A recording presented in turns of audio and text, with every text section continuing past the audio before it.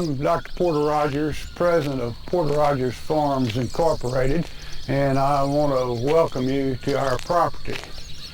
I am getting a little long in the tooth, as are my hunting buddies, and our children and grandchildren, as well as my sister's family, all live out of state, so we want to let other people enjoy our property. It's been in our family for over 3/4 of a century.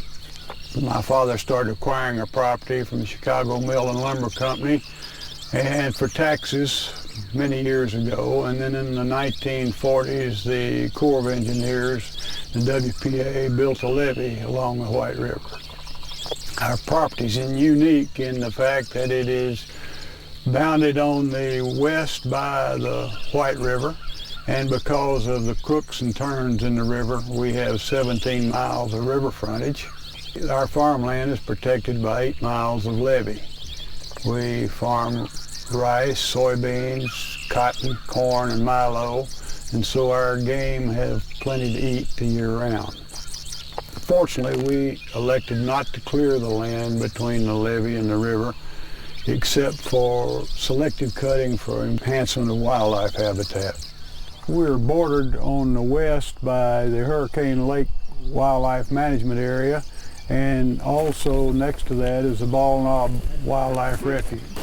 The Hurricane Lake Management Area is 30,000 acres just across the river from us that's managed by the Arkansas Game and Fish Commission. It's public hunting, but it is timber and lakes, and the duck hunting there is some of the best in Arkansas, for which Arkansas is famous.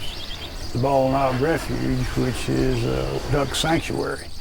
And then just east of us is the Cache River Sanctuary, where hundreds of thousands of ducks spend the winter. And they migrate back and forth across our property. Also, the north-south flyway comes right over us. So we are blessed with a tremendous amount of ducks in the wintertime. We're strategically located to catch most of the ducks that fly up and down the White River.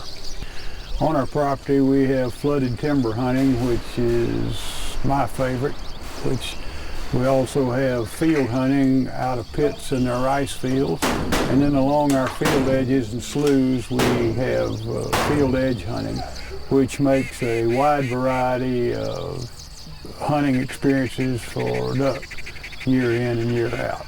Also, we have property on the Cache River, which is just a few miles away.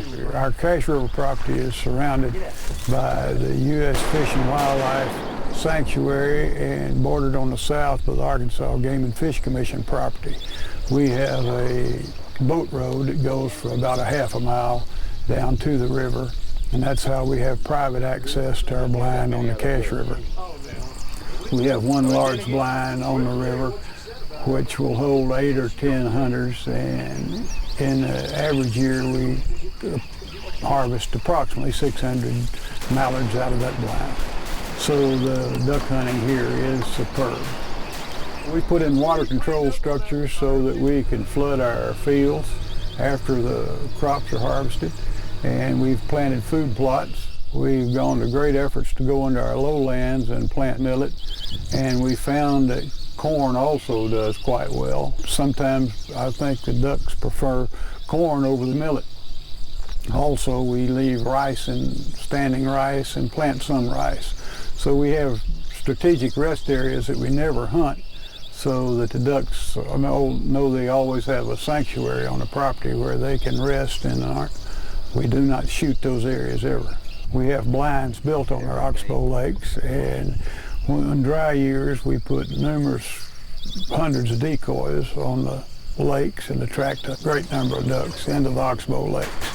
When the White River floods above 30 feet at Augusta, we have wonderful green timber hunting, and that's what Arkansas is famous for, and it does not get any better anywhere than it does here when the river's in our woods. Pretty much any type of hunting a waterfowler wants to do, it's available here. Approximately 20 years ago, we decided we wanted to have trophy whitetail deer on the property, and we had a wildlife biologist from Vicksburg who managed the property for Anderson Tully up down the Mississippi River come and survey our property. And since then we've cooperated with the Arkansas Game and Fish Commission and other private biologists to try to enhance to the maximum our deer herd. We have food plots planted year-round.